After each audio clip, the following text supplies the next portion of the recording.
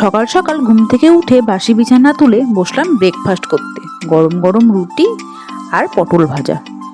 এরপর রেডি হয়ে চললাম বাজারের দিকে, আর বাজার থেকে নিয়ে আসলাম চিকেন। দুপুরের মেনুতে রান্না করলাম ঝিঙে আলু পোস্ত আর সাথে চিকেন কষা। এর মধ্যে ছেলেকে স্কুল থেকে নিয়ে আসার সময় হয়ে গেছে। যেহেতু ওর পরীক্ষা চলছে, তাই ওর স্কুল অন্য দিনের তুলনায় আগেই ছুটি হচ্ছে। এরপরে লাঞ্চ নিয়ে বসলাম, আর আজকের লাঞ্চের মেনুতে ছিল ঝিঙে আলু পোস্ত আর সাথে গরম গরম চিকেন কষা। ওহ, জাস্ট জমে গেছে। সন্ধেবেলা স্ন্যাক্সের সাথে ছিল তারক মেহতার উল্টো চশমা সিরিয়াল। তোমরা কে কে দেখো কমেন্ট করো।